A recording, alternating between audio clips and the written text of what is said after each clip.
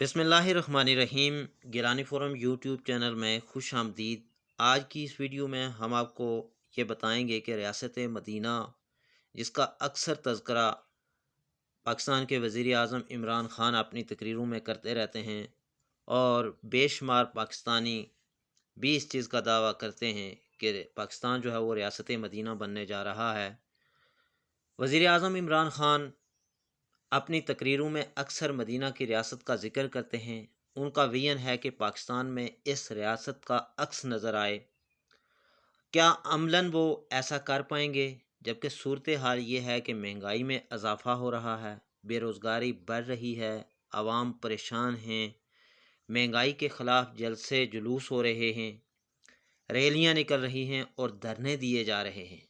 مدینہ کی ریاست کے بارے میں وزارت عظمیٰ کا عہدہ سنبھالنے سے قبل بھی عمران خان ایسی باتیں کرتے رہے ہیں۔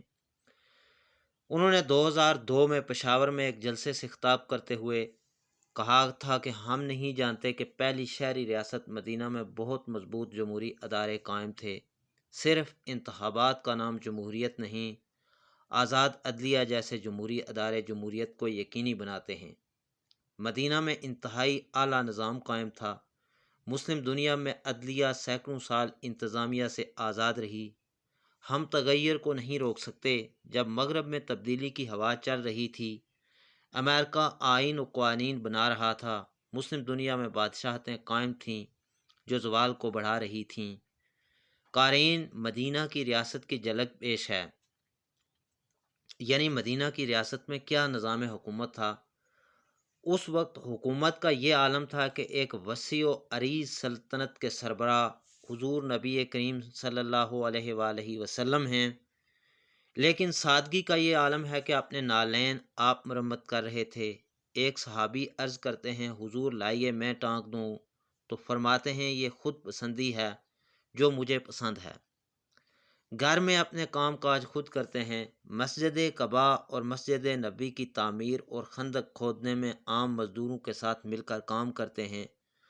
دوستوں کی مجلس میں دعوت کا سامان تھا، سب نے کام بانٹ لیے۔ آپ نے فرمایا جنگل سے لکڑیاں میں لاؤں گا۔ صحابہ نے تعامل کیا تو فرمایا کہ میں امتیاز پسند نہیں کرتا۔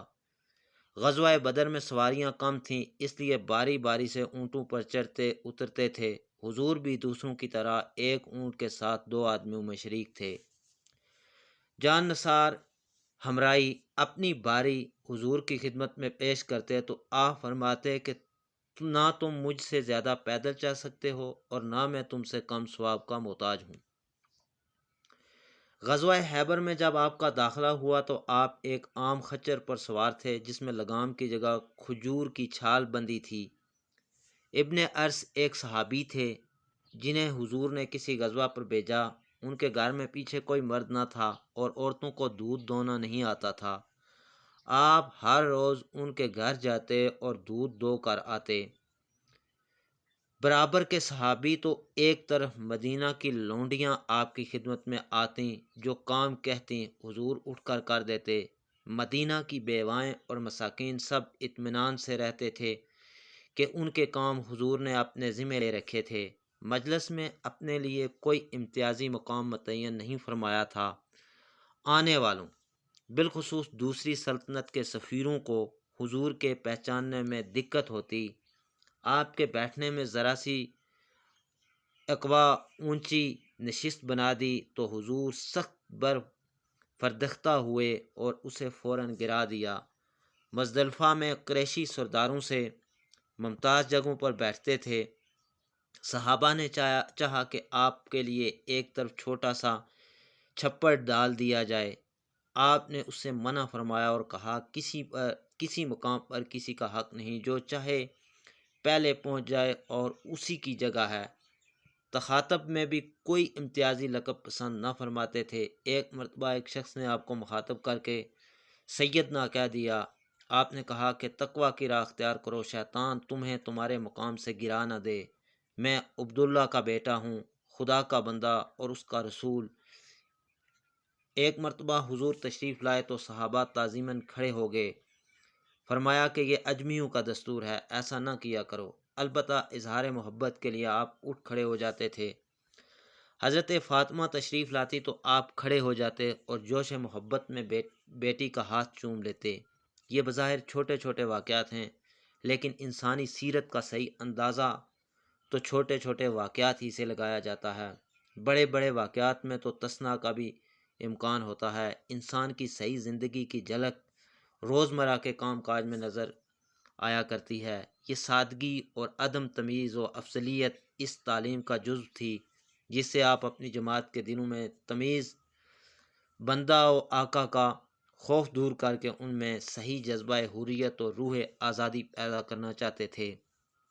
ایک مرتبہ ایک شخص خدمت نبی میں حاضر ہوا تو حضور تو نبوت کے رعب سے کانپنے لگا۔ آپ نے فرمایا کہ گھبراؤ نہیں، میں فرشتہ نہیں ہوں، کوئی مافوق الفطرت ہستی نہیں ہوں، ایک قریشی عورت کا بیٹا ہوں جو سوکھا گوشت پکا کر کھایا کرتی تھی۔ مفلسی جس میں انسان اپنی ضروریات کے لیے دوسروں کا دست نگر ہو جائے، خدا کا عذاب ہے۔ اس لیے جن باتوں پر حضور بیعت لیتے تھے ان میں ایک یہ بھی تھا کہ لوگوں سے سوال مت کرنا، کہ سوال کرنے سے انسان کی غیرت مٹی میں مل جاتی ہے۔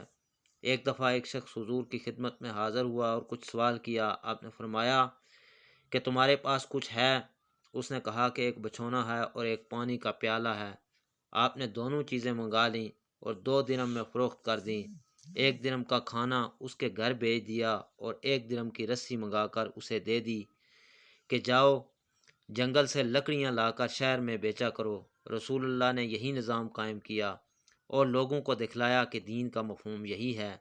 سامعین، ریاست مدینہ کے حوالے سے ایک اور بہت ہی نیک بادشاہ امیر المومنین حضرت امیر المومنین عمر بن عبد العزیز رحمۃ اللہ علیہ بھی اپنے بستر پر ایک دفعہ پہلو کے بل لیٹے ہی تھے کہ ان کا 17 سالہ بیٹا جس کا نام عبد الملک ہے کمرے میں داخل ہوا اور کہا، امیر المومنین آپ کیا کرنا چاہتے ہیں؟ فرمایا، بیٹے میں تھوڑی دیر سونا چاہتا ہوں، اس لیے کہ اب میرے جسم میں طاقت نہیں ہے، میں بہت تھک چکا ہوں۔ بیٹے نے کہا، امیر المومنین آپ مظلوم لوگوں کی فریاد سنے بغیر ہی سونا چاہتے ہیں؟ ان کا وہ مال جو ظلم سے چھینا گیا وہ واپس کون دلائے گا؟ فرمایا، بیٹا چونکہ میں تمہارے چچا خلیفہ سلیمان کی وفات کی وجہ سے گزشتہ ساری رات جاگتا رہا، تھکاوٹ کی وجہ سے جسم میں طاقت نہیں ہے، انشاءاللہ تھوڑا آرام کرنے کے بعد نماز ظہر لوگوں کے ساتھ پڑھوں گا اور پھر یقیناً مظلوموں کی فریاد رسی بھی ہوگی، ہر ایک کو اس کا حق دیا جائے گا، کوئی محروم نہیں رہے گا۔ بیٹے نے کہا، امیر المومنین اس کی کون ضمانت دیتا ہے کہ آپ ظہر تک زندہ رہیں گے؟ بیٹے کی یہ بات سن کر حضرت عمر بن عبد العزیز تڑپ اٹھے، آنکھوں سے نیند جاتی رہی، تھکے ہوئے جسم میں توانائی لوٹ آئی اور یک دم جست لگا کر بیٹھ گئے اور فرمایا کہ بیٹا ذرا میرے قریب آؤ۔ بیٹا قریب ہوا تو گلے لگا کر اس کی پیشانی کو بوسہ دیا اور فرمایا، اللہ کا شکر ہے جس نے مجھے ایسا نیک فرزند عطا کیا ہے جو دینی معاملے میں میری اعانت کرتا ہے۔ پھر آپ اٹھے اور حکم دیا، یہ اعلان کر دیا جائے کہ جس پر کوئی ظلم ہوا ہے وہ اپنا مقدمہ خلیفہ کے سامنے آ کر پیش کرے۔ یہ تھی مدینہ کی ریاست اور مدینہ کے جو عادل حکمران تھے ان کے یہ تذکرے ہیں۔ آج کی مدینہ کی ریاست یا پاکستان کی جو ہمارا ملک پاکستان ہے، وہاں پہ بیٹے جو حکمرانوں کے بیٹے ہیں وہ کیا کر رہے ہیں اور حکمران کیا کر رہے ہیں، حکمرانوں کے رشتہ دار کیا کر رہے ہیں، یہ تو صرف اپنی تجوریاں بھری جا رہی ہیں، اپنے محل بنائے جا رہے ہیں، اپنی پراپرٹیاں بنائی جا رہی ہیں، اپنے لوگوں کو ہر جگہ پہ ایڈجسٹ کیا جا رہا ہے۔ اگر مدینہ کی ریاست کا صحیح عکس دیکھنا چاہتے ہیں تو یہی قصے، یہی کہانیاں اس قوم کو سنائیں، اور آپ سب سے گزارش ہے کہ ہماری اس ویڈیو کو زیادہ سے زیادہ شیئر کریں تاکہ لوگوں کے اندر یہ کنسپٹ پیدا ہو سکے کہ مدینہ کی ریاست کیا تھی۔ سامعین، صرف حکمرانوں کا کام ہی نہیں، ہر شخص اپنے طور پہ اپنے کنبے کا، اپنے معاشرے کا، اپنے گاؤں کا، اپنی تحصیل اور اپنے ضلع کا ذمہ دار ہے۔ ہمیں بھی اپنی اپنی ذمہ داریاں سمجھ کر اور اپنا کردار ادا کرنا چاہیے اس معاشرے کے لیے، معاشرے کی تعمیر و ترقی کے لیے، مظلوموں کی داد رسی کے لیے، غریبوں کی فریاد رسی کے لیے اور غریبوں کو رہنمائی کرنے کے لیے اور ان کی مالی اور معاشی مشکلات کو آسان کرنے کے لیے ہم سب کو اپنا کردار ادا کرنا چاہیے۔